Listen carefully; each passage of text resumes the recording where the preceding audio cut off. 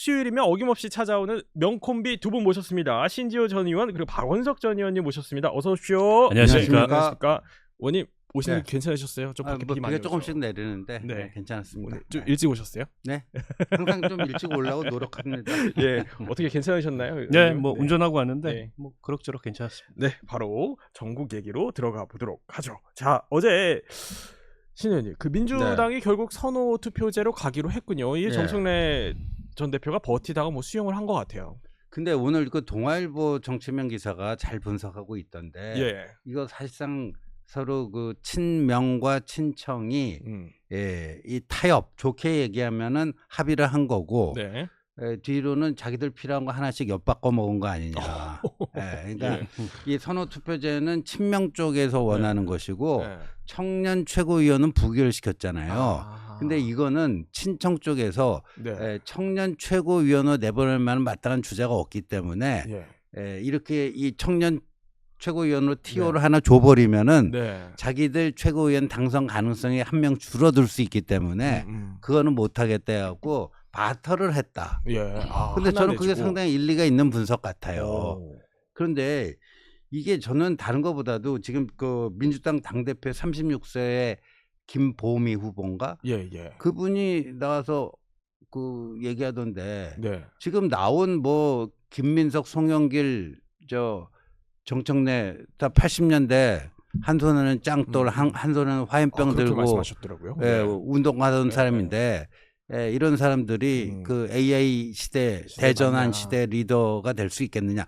물론 그 계속해서 노력하면은 뭐 나이가 많다 해서 꼭 그렇게 뭐 기계적으로 적용할 수는 없는 그렇죠. 문제인데 예, 네. 그런 문제 제기가 있는데 청년 최고위원 목도 그냥 없애버렸다. 예.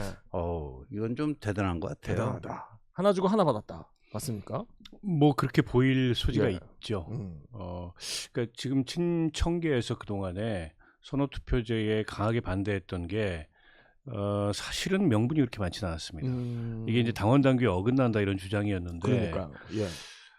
그 당원 당규에 대한 해석은 당무위원회에 있고 당무위원회에서 별다른 문제 제기가 없었던 사안이에요. 그리고 이미 이재명 대표 체제에서 도입하기로 공감대가 당내에서 이루어진 거였고 네네. 도입됐던 사례도 있습니다. 전당대회는 그렇죠. 아니지만 네. 예, 뭐 예. 국회의장 선출이나 시도당위원장 선출할 때 근데 왜 갑자기 그러면 이 룰 문제에 대해서 강하게 이 문제 제기를 하고 나왔냐 최고위원회에서 아마 이걸 통한 결집을 좀 시도했던 게 아닌가 싶어요. 우리가 지금 2대1, 3대1로 불리한 구도에서 싸움을 하고 있다. 네, 네. 그런데 룰마저 우리한테 불리하게 적용되려고 한다. 라는 어쨌든 내부 각성과 결집의 이슈로 이거 활용한 측면이 있는 것 같고 네.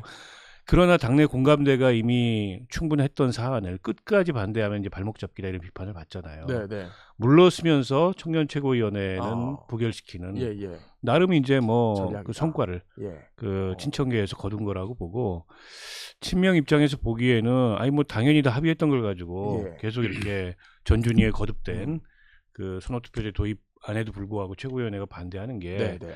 결국 룰 문제 가지고 이렇게 진흙탕을 만들려고 하는 거 아니야. 심지어 정청래 대표가 가처분 가능성 이런 것까지 김어준 뉴스공장 나가서 얘기를 했어요. 네. 근데 그렇게 되면 진짜 진흙탕 싸움이 되잖아요. 그래서 아마 최고위원회에서 청년 최고위원회 관련된 논박은 거의 없었던 것 같아요.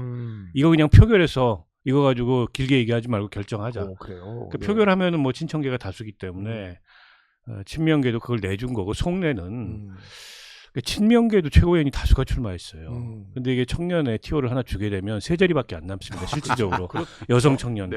그러니까 그 각자의 이해관계도 좀 복잡한 거예요.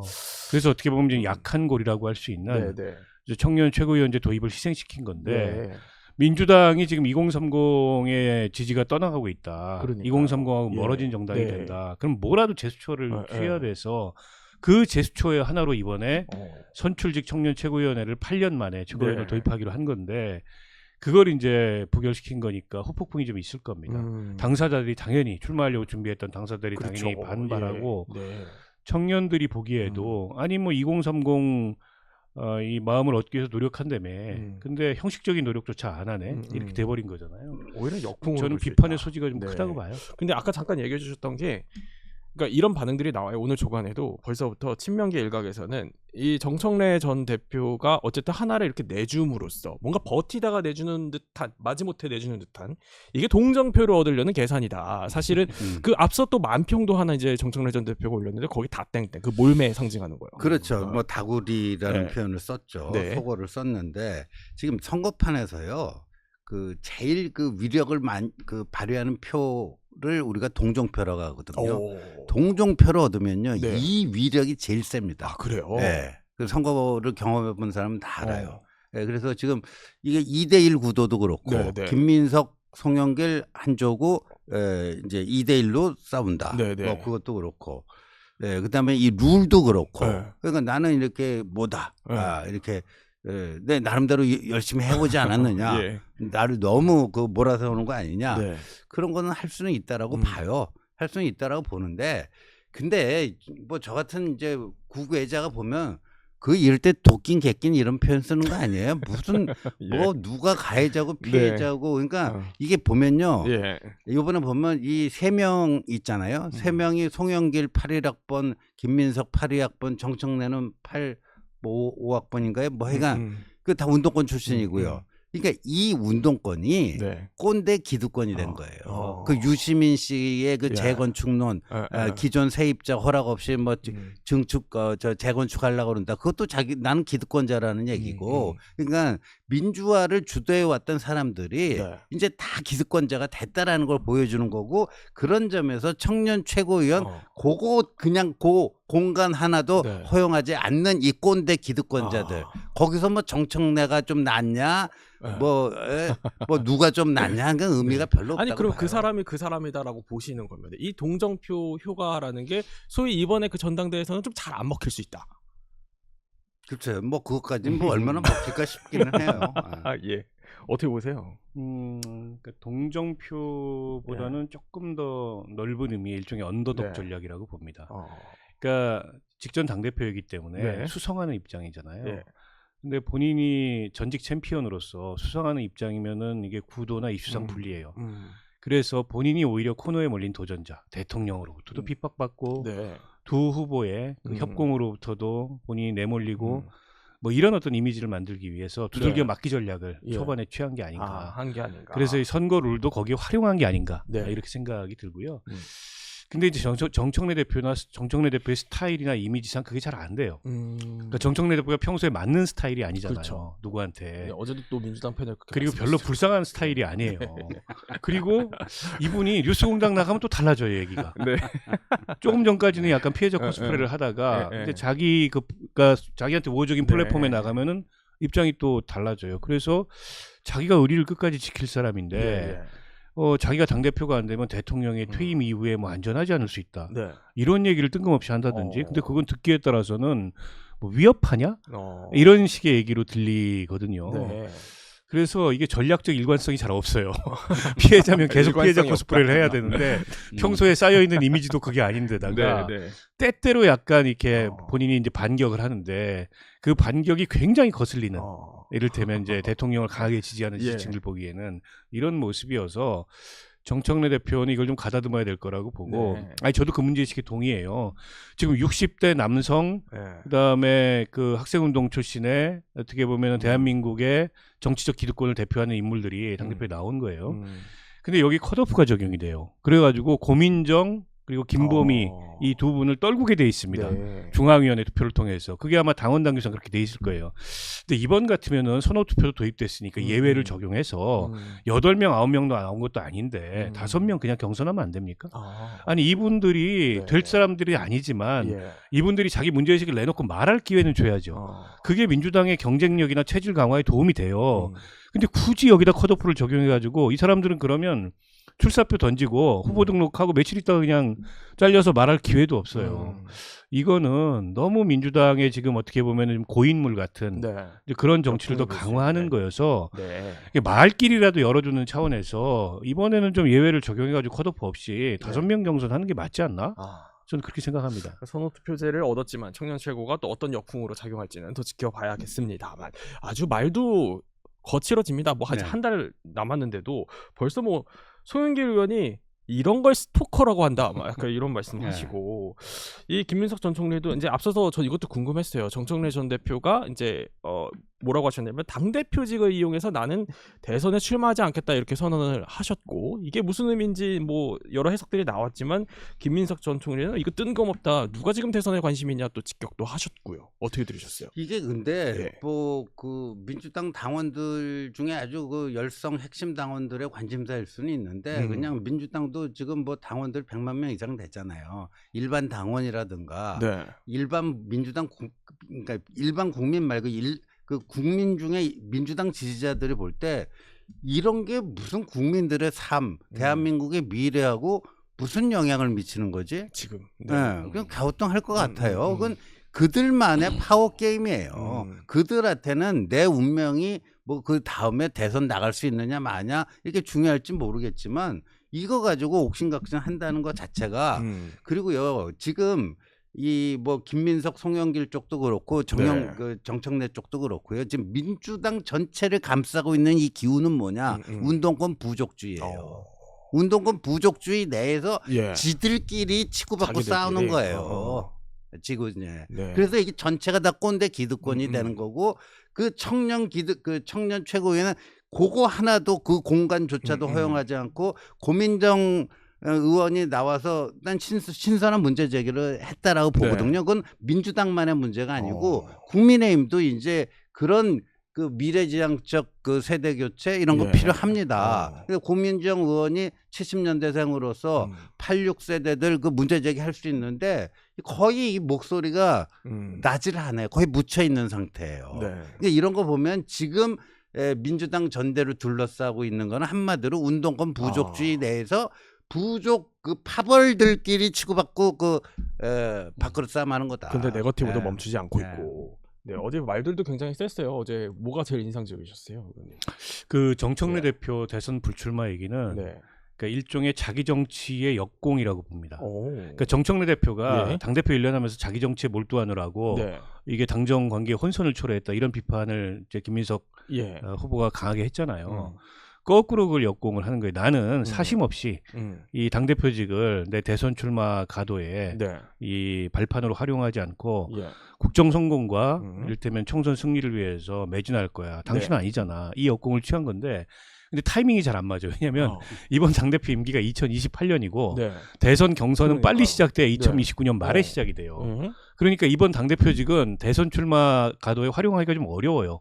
물론 뭐 지금부터 시작해가지고 대선 레이스를 네. 길게 본다 그러면 네. 이것도 정치적 자산으로 활용될 측면이 있지만 결정적으로 대선 경선 앞두고 당대표를 해야 그게 당대표직을 거기에 활용하는 건데 그래서 김민석 총리가 뭔 뜬금없는 소리야. 아직도 네. 멀고 대통령 임기가 4년이나 남았는데 근데 이렇게 좀 되받아친 거라고 보는데 실제 저는 차기 대선 출마 생각은 없는 것 같아요.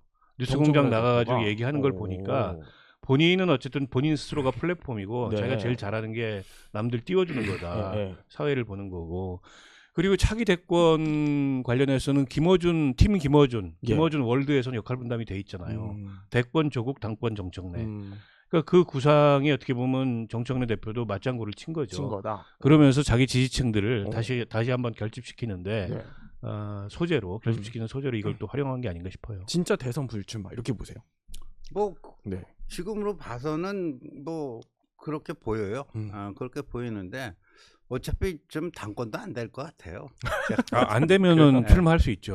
안 되면 네. 할 수 안 되면. 있는데 아니 논리적으로. 당대표직을 이용하지 근데 못하니까. 형식 논리는 예. 그렇지만 당 대표 예. 떨어졌는데 대선 후보 출마는 좀 쉽지는 않죠. 그렇군요. 예. 또 이제 정청래 대표가 어떤 생각을 갖고 있는지 더 지켜봐야겠습니다만 지금 어쨌든 옥신각신 하고 있는 이슈가 하나 더 있죠. 바로 보안수사권 폐지 관련인데 자 어제 민주당에서 이제 일부 의원들이 또 발의를 했어요. 이거 이제 예외적인 허용을 좀 하자라는 법안을 홍기환 의원이 냈는데 이 민주당 내에서 점점 목소리가 계속 나오네요. 네, 근데 예. 저는요 예. 김민석 후보가 정말 비겁하다. 어. 이게요 제가 그랬잖아요. 아니 그 국민의힘에는 계엄 찬반, 뭐 탄핵 찬반, 부정선거 찬반 예. 이런 노선 투쟁이라도 있는데 민주당은 뭐가 있느냐? 예를 들면요 지금 이 전당대회가 그나마 국민들의 삶과 이 접점을 만들려면 보안 수사권을 어떻게 해야 되는지 이거 갖고 후보들 간에 치열하게 치고받고 논쟁을 해야 돼요. 네네. 안 하잖아요. 지금 별로 안 하는. 네. 근데 옆에 있는 사람들이 해요. 옆에 있는 사람들이. 그러니까 이 대통령도 분명히 무슨 그 예. 최소한의 예외는 남겨놔야 된다 했는데 그냥 밀어붙였는데 김민석 후보는요 거기 네. 토를 안 달아요. 아 나도 정청래하고 비슷한 입장이다. 이게 굉장히 비겁한 거예요. 그냥 그거 가지고 예. 내가 그거 가지고 긁어부스럼 만들고 싶지 않다. 득표에 이거 자꾸만 건드려 갖고 득표에 별 도움 될 것 같지 않다. 뭐 이런 계산이니까 그 정치공학적 계산 때문에 이걸 건드리지 않는 거죠. 그 대신 친명계랄까 그나마 민주당 내에서 합리적인 생각하는 사람들이 이제 이런 문제 제기를 네. 하는 건데 그래서 이 제대로 된 논쟁 자체가 실종이 된 거예요. 지금 후보들 간. 네. 그리고 이거는요 결국 어떻게 되냐면 8월 17일 전대 전에 처리하느냐 후에 하느냐 그 시점 논쟁으로 현실적으로 변모할 것 같아요. 그래서 김민석 쪽에서는 일단 전대 후에 처리한 쪽으로 어떻게 몰고 가서 그때 일단 당대표 되고 나서 그때 뭐 대통령의 뜻도 다시 한번 여쭙고 해서 뭐 보완할 거 있으면 좀 보완하자 이런 식의 작전을 쓰는 거 아닌가 싶은데 한게 대단히 비겁하다. 대단히 비겁하다. 그러니까 신지호님 설명은 뭐 김민석, 송영길, 정청래 세 후보 모두 사실상은 이 보안 수사권 얘기를 수면 위로 올려서 논쟁을 하는 게 서로에게 득이 되지 않는다 뭐 이렇게 아니죠. 보는 거예요? 정청래 후보는 뭐 닥치고 전면 폐지 이걸 최근에 SNS에 올렸고 어제 의총 끝나고도 10여 명 정도가 어쨌든 보안 수사권에 대해서 그랬다면서요. 보완이 필요하다 얘기를 했던 사실을 올리면서 우울하다. 어쩌다 이렇게 됐냐. 뭐 이런 내용을 올렸어요. 그러니까 정청래 대표는 선명한 개혁을 본인의 출마 명분으로 삼고 있기 때문에 그 선명한 개혁의 1번 이슈가 보안수사과 전면 폐지입니다.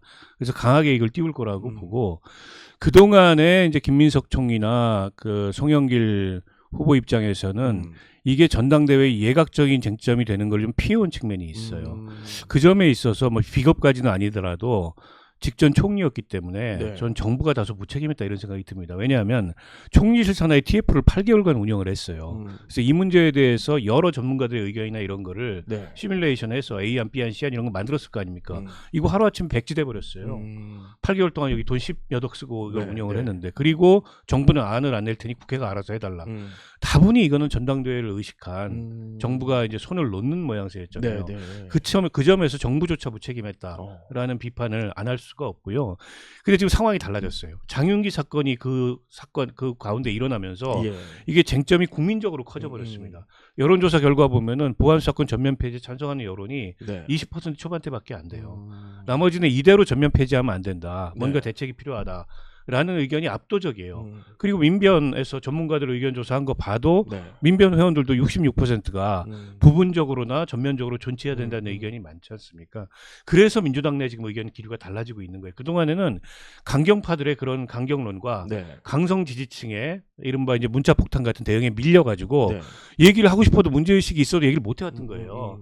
근데 얘기할 수 있는 공간이 지금 여지가 생긴 겁니다. 그래서 어제 의총에서 9명 정도 의원들이 이대로 안 된다. 얘기하고 법안도 발의한 거예요. 그래서 달라질 거라고 보고 일단은 두 가지인데 처리 시점도 8월 17일 이후가 될 가능성이 높고 첫 번째로. 두 번째로 내용도 달라질 거라고 보고 이게 쟁점을 피해갈 수가 없습니다. TV토론 후보들 간에 하게 되면 정청래 대표 가만히 있겠어요? 입장 물어볼 거예요. 거기는 이제 강성 지지층들의 그 지지에 기반해 있기 때문에. 그러면 그거 뭐 원론적으로 우리도 전면 폐지인데 뭐 이렇게 얘기를 흐릴 수가 없어요 이제는. 왜냐하면 선명해야 된다. 전면 폐지하면 안 된다는 의견이 더 많아요 지금. 국민 의견뿐만 아니라 당원들의 의견 분포도 변해가고 있는 거예요. 저는 송영길 후보나 김민석 후보도 이걸 의식할 수밖에 없을 거다 이렇게 생각합니다. 아니 근데 어쨌든 기본 입장, 정부의 기본 입장은 폐지다라고 김민석 총리가 못 박아버렸어요. 냈으니까 그러면 이제 입장을 선회해야 되는 거네요. 그렇게 되면? 선회해야 되는데 근데 아까 그 총리실 산에 그 TF 있었다고 그랬잖아요. 그 TF 팀장이 박찬원 한양대 로스쿨 그분은 진짜 그만뒀고요. 그만둔 분인데 그분 입에서 나온 얘기가 이 보안 수사권 이런 식으로 처리하면은 다음번에 정권 뺏기는 제1 원인이 될 수 있다. 근데 저는 그분이 단순히 뭐 경고한 게 아니고 지금 이런 것들이요 계속 나오고 있어요.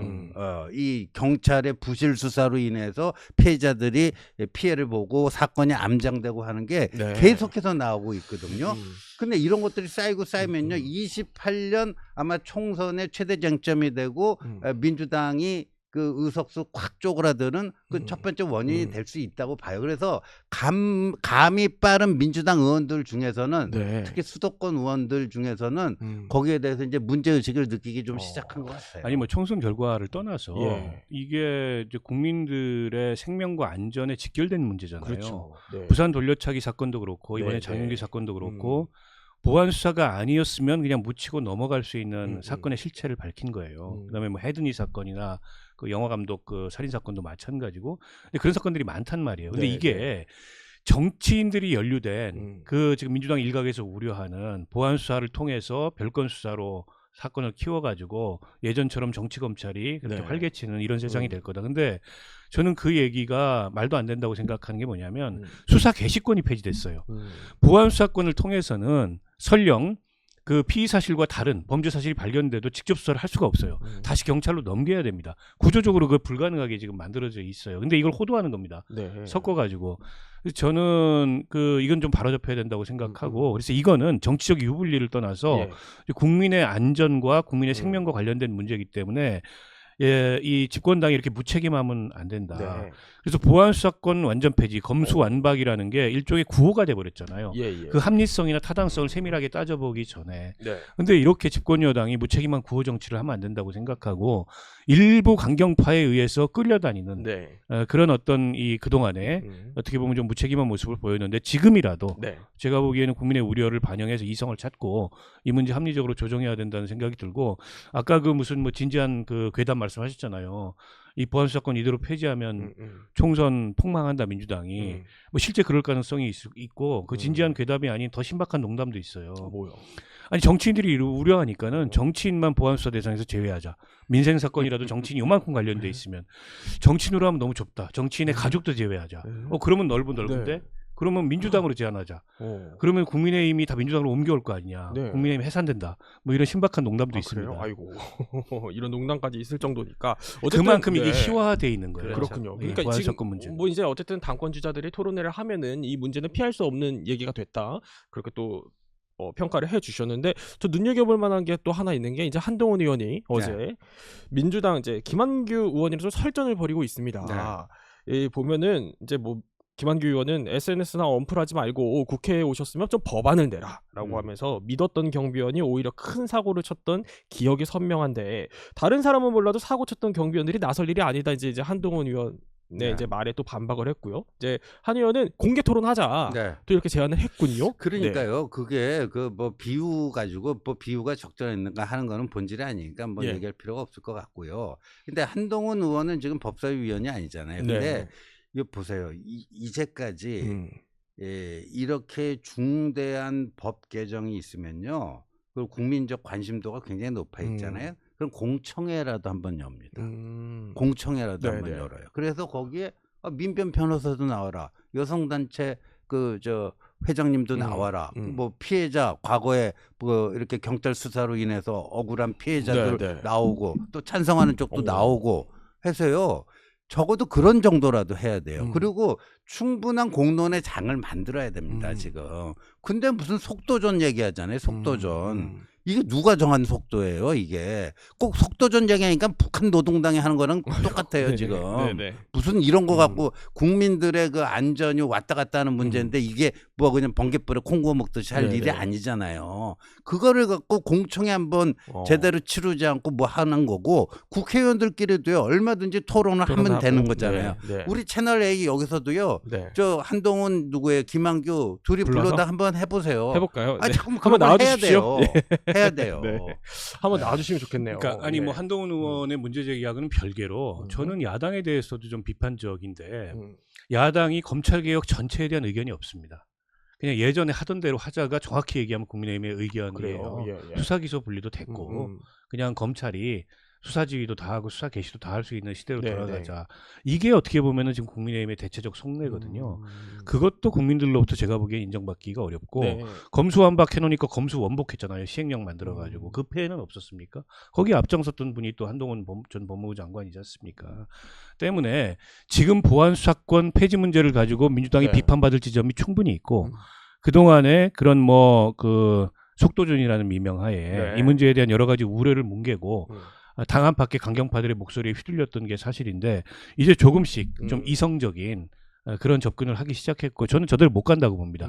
예를 들어서 원칙적으로 폐지한다면 네. 전권 송치하고 경찰에서 수사한 사건을 수사 지휘권을 다시 검찰한테 주는 그러니까 수사 지휘에 준하는 보안 수사 요구권 그럼 폐지해도 돼요.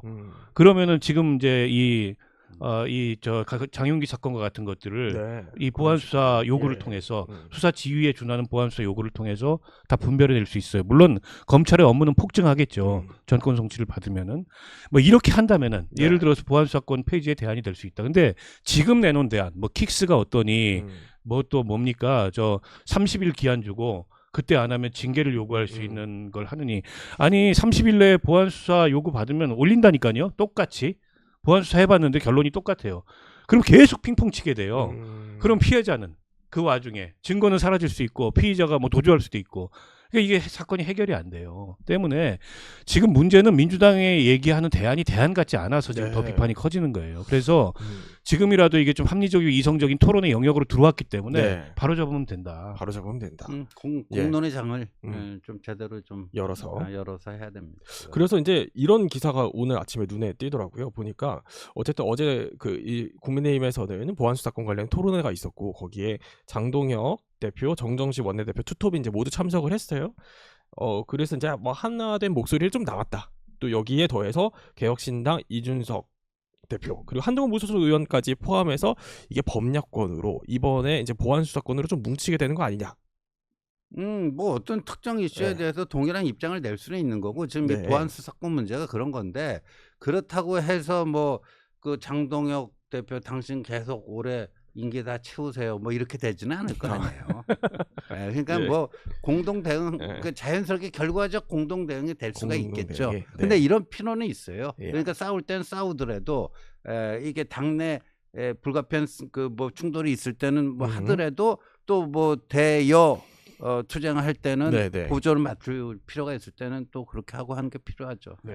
이게 뭐 정치권으로 어떻게 흘러갈지는 더 지켜보기로 하고요. 하나만 더 여쭤보고 싶은 거는 자 주말 사이에 어제도 뭐 저희가 얘기는 했습니다만 이게 워낙 파급효과가 커서 일요일에 안철수 의원이요 기자회견을 긴급 기자회견을 또 여셨습니다. 그러면서 이제 한동훈 의원을 향해서 혹시 창당 생각이 있으면 응원하겠습니다. 우리 당에는 얼씬도 하지 마십시오. 어떻게 들으셨어요 일단?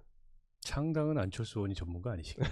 네. 그러니까 저는 일종의 견제죠, 견제. 그러니까 경쟁자로서 잠재적 경쟁자로서 견제인데 저는 이제 그런 견제는 별로 생산적이지 못하다고 생각해요. 그러니까 그런 얘기가 있지 않습니까? 적은 가까이, 동지는 가까이, 적은 더 가까이 이런 얘기가 있잖아요.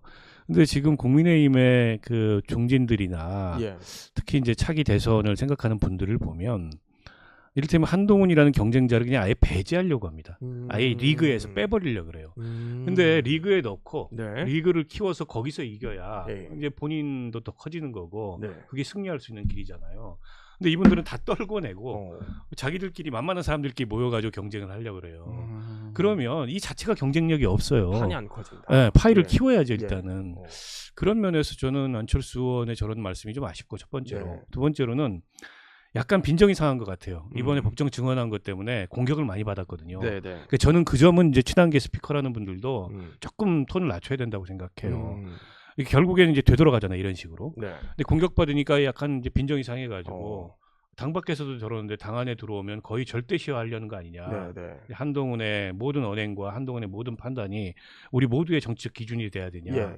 그런 사람 필요 없다. 뭐 이렇게 배제한 건데 아니 뭐 정치를 감정 가지고 합니까? 피차간에 그 대의를 위해서 하는 거지. 저는 이 문제는 한동훈 의원이 한번 찾아가라 안철수 후보를 오해가 있었다면 그 피차간에 그런 오해는 풀고 이렇게 해결해야 될 문제. 정치하는 사람들이 모든 일을 다 시시비비를 따져가지고 내가 옳고 네가 그러고 이럴 수가 있어요. 근데 요즘 보면 국민의힘이 약간 만인 대한 만인의 투쟁 비슷하게 돼가지고 계속 그런 일이 반복돼요. 그러니까 지방선거 이후에 조금 정치적으로 기회를 잡은 거잖아요. 근데 그 기회를 못 살리고 있어요. 최근에 당 지지율 떨어지고 장동혁 대표는 나홀로 장애투쟁 계속 나가고 있고 원내대표는 장동혁 주저앉히기 어려울 것 같은데 뭐 이러고 있고 다시 돌아가고 있어요. 지방선거 이전 상황으로. 하나로 잘 안 된다. 그에 대해서 별로 문제의식들이 없는 거 아닌가? 근데 이제 안철수 의원의 최근에 이런 좀 그 한동훈 쪽을 향한 뭐 약간 도발적 그 언행이라고 그럴까요? 네. 이런 거 이제 포스트 장동혁의 주자로 음. 본인이 이제 좀 안철수 의원 본인이? 예. 예. 본인이 그 야심이 있기 때문에 그런 거죠. 그러니까 이게 사실 이 공격을 당한 한동훈도 별로 기분이 유쾌하진 않지만 네네. 그걸 구경하고 있는 장동혁도 음. 유쾌하지 않을 거예요. 오. 왜냐하면 이거 봐, 안철수가 이제 나 다음에 지가 하려고 그러는구나. 아. 그래갖고 한동훈 때리는구나. 그러니까 나랑 겹친다 뭐 이렇게 생각한다는 그렇죠. 거예요? 예. 나는 그만둘 생각이 없는데 예, 예. 저거 봐라, 안철수 웃기네. 그러니까 예. 공격당하는 한동훈도 기분 네. 나쁘지만 예, 예. 구경하는 장동혁도 기분 안 그럴 수 좋아요. 있다. 네. 근데 별다른 입장은 안 내셨더라고요. 근데 대표님. 그거 뭐라고 구경하는데 뭐라고 그러겠어요, 그거를. 더군다나. 자기하고 입장이 같은데. 그런데 네. 이게 지금 뭐 안철수 의원도 그렇고 이제 예. 장동혁 당권판도 그렇고요. 예, 예. 이게 되게 그 안타까운 일인데 굉장히 착각하고 있는 게 있어요. 이 한동훈 복당 문제를요. 예. 자기들이 어떻게 그거를 좌지우지할 수 있다라고 하는 이게 그런데 제가 지난번에도 말씀드렸지만 두 가지 해결의 솔루션이 있어요. 네, 정치적 솔루션이 있고 법적 솔루션이 있어요. 김종혁과 배현진은 법적 솔루션을 통해서 네. 깔끔하게 끝났어요. 근데 한동훈은 그런 가처분 소송이라는 거 말고 정치적 해결을 도모하자 해서 그 어려운 무소속 부산 선거판에 뛰어들어서 네. 거기서 그 생활을 한 거 아닙니까? 그러면 그 민심을 받아들여야 돼요. 그 민심을 네, 네. 국민이 선택을 해준 거 아니에요. 판정을 내려준 거 아니에요. 그 민심을 받아야 되는데 안 받잖아요 지금. 안 받으면서 뭐 당권파는 당권파대로 뭐 말도 안 되게 무슨 범죄자라느니 그 사람 판사한 사람 맞아요. 무죄 추정의 원칙도 모르고. 그러니까 예. 뭐 이런 거 험한 얘기하고 안철수는 본인이 뭔데 당신 뭐 얼씬거리지도 마라 이런 건데 그래서 자꾸만 그러니까 이 부산 북갑에서 승리한 거는 한동훈을 보라는 게 아니라 그 한동훈을 선택해준 그 민심을 보라는 거고 국민의 판정을 보라는 거고 그거를 그래도 받아들이는 그 자세는 가져야 될 거 아니에요. 네. 그걸 지금 이 사람들이 다 거부하는 거거든요. 그렇다면은 본인들이 어떤 완력을 가지고 기득권을 가지고 한동훈 들어오는 것을 계속해서 막으려고 하잖아요. 예. 근데 그 법적 솔루션도 아직까지 유효해요. 네. 아직까지 유효한 거예요. 그 대단한 착각들을 하고 있어요 지금. 근데 이제 자기들이 이렇게 못 들어오게 막으면 충분히 막을 수 있다는 대단한 착각을 하고 있어요. 근데 이제 박원석 의원님이 좀 아쉽다라고 평가를 하신 그 부분은 이제 승리 이후에 어쨌든 간에 한동훈 의원도 국회에 입성을 했고 하니까 이게 좀 단일 대우로 뭔가 뭉치는 목소리가 나왔으면 좋겠는데 자꾸 뭐 만인의 투쟁을 하고 있다 이렇게 말씀을 하시는 아니 그러니까 뭐 그 장동혁 대표 가족상 뭐 조문 간 것도 그 만인의 투쟁하러 간 거 아니잖아요. 그러니까 근데 주로 이제 그 이거예요. 한동훈 의원 쪽에서 한동훈 의원 본인이 누군가를 먼저 공격하고 한 거는 6.3 선거 이후에는 별로 떠오르는 게 없거든요. 그러니까 뭐 공격이 오면은 뭐 최소한의 방어를 하던가 그런 거고. 근데 지금 이제 안철수 의원 같은 경우에는 포스트 장동혁의 임자는 난데 그 차원에서 지금 한동훈 때리게 하고 있는 거고. 그래서 그게 이제 그 교통 정리가 좀 안 되고 있는 상황이거든요. 지금 국민의힘 내부가. 근데 어쨌든 뭐 이제 안철수 의원 입장에서는 이제 말씀을 하신 거는 그 증언을 했는데 나는 이게 사실 틀린 게 아니고 내가 알고 있는 사실 다 얘기했을 뿐이다. 그 정확하지는 않아요. 그러니까 이게 않아요. 이제 전원을 증언한 거잖아요. 네. 본인이 들은 얘기를. 근데 한동훈 후보가 처음에는 그렇게 얘기를 했다 그래요. 한동훈 의원이. 근데 이제 국회에 들어갈 수 있는 길이 있다. 담장 넘어 들어가고 있다고 해서 그 뒤로는 일관되게 이제 국회로 얘기를 했다. 양측의 약간 그 상황에 대한 인식의 차이가 있는 것 같은데 이게 이렇게까지 비화할 문제입니까? 그러니까 이제 안철수 의원도 한동훈 의원도 어떻게 보면은 큰 틀에서 이제 보수 재건이라고 표현을 하든가 뭐 보수 혁신이라고 표현을 하든가 거기서 이렇게 견해 차이가 큰 분들은 아닌 것 같아요. 근데 물론 이제 이해관계에는 조금 차이가 있을 수 있고 또 정치적 경쟁자일 수 있기 때문에 미묘한 그런 갈등이 있을 수 있지만 이렇게까지 뭐 얼씬도 하지 말라 그러고 창당하라 그러고 그에 대해서 또 이제 한동훈 의원은 별말 안 하지만 친한계 스피커들이 저 네. 정신 나갔다. 뭐 이런 식의 반응을 보이고 이럴 문제는 아니잖아요. 음. 그래서 제가 보기에는 대의를 생각하면 네. 이런 문제는 거기에 또 이제 개입되어 있는 감정 문제는 조금 풀고 예. 어떻게 보면은 협력할 일이 더 많은 분들이 음. 지금 국민의힘에서 서로 배척하기 시작하면 네. 그러면 4분의 1이잖아요. 근데 게다가 또 이준석 의원까지 여기 껴가지고 그렇죠. 예. 안철수 말이 맞다 이러고 있으니까 더 이게 이제 예. 그런 거 복잡해지는 거죠. 우리 박원석 의원님의 그래서 솔루션은 한동훈 의원이 이제 한번 찾아가라. 찾아가라. 아 그거는 안철수 얼마든지 의원 뭐 찾아가라. 정치인들끼리 못하고 뭐 있어요. 차 한잔 해라 만나서 가서. 허심탄회하게 대화를 나누면 되는데 네. 안철수 의원의 법정 증언이 사실과 배치되는 게 굉장히 많았다 하는 아. 점은 그건 팩트니까 네, 네. 팩트니까 말씀드려요. 알겠습니다. 만남이 또 성사될지는 지켜보기로 하고요. 하나만 더 여쭤보면은 그 조갑재 대표의 또 인터뷰도 화제였어요. 안철수 의원이 창당을 꺼내기는 했습니다만 그 다음 날에 또 조갑재 대표의 인터뷰에서 한동훈 의원의 창당론이 이제 이른바 나왔는데 이 말씀하신 뭐 취지는 이 장동혁 대표가 이제 바라보는 세력과 그런 이제 한동훈 의원의 세력이 이제 하나로 뭉쳐지기는 어렵다. 같이 있기는 어렵다. 이게 말이죠. 예. 그 조갑재 대표님의 그 발언을 거두절미 하고 있어요. 그래요. 네. 네, 그러니까 복당이 불가능해진 상황이 되면 전제 조건이. 네. 네. 그거예요. 복당이 불가능한 상황이 되면 네. 창당을 현실적으로 음. 대안으로 선택할 수밖에 없지 않겠느냐. 네. 그 얘기를 한 거거든요. 근데 앞에 거는 싹둑 잘라 먹고 그렇군요. 예. 예. 뭐 안철수 의원하고 똑같은 네. 얘기 한 것처럼 어. 뭐 안철수 의원이 기자회견에서 창당한다면 응원하겠습니다. 같은 얘기는 아니죠. 네. 네. 전혀 네. 다른 네. 맥락이에요. 그리고 제가 아까도 얘기했지만 예. 한동훈의 복당 확률은 99%다. 오. 부산 북갑에 무소속으로 나가서 예. 승리하는 승률보다도 10배, 100배 높다. 이건 아까도 법률적 솔루션도 아직까지 살아있고 네. 그리고 총선이 가까워지면 가까워질수록 음. 의원들의 나름대로 다 판단이 있을 겁니다. 당내 네. 구성원들이. 어떻게 같이 스크럼 짜고 가야 될지. 네. 그러니까 복당은 99%, 창당은 불가. 이 말씀이시죠. 아니, 그러니까 복당이 그렇게 99%로 가능한데 왜 창당 생각을 하죠? 네. 어떻게 들으셨어요? 네. 아니 조금 뭐 이런 얘기죠. 음.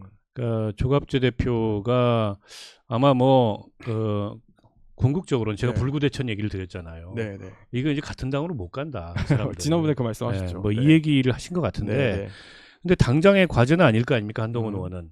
창당이 하고 싶다고 되는 게 아니에요 하루 아침에.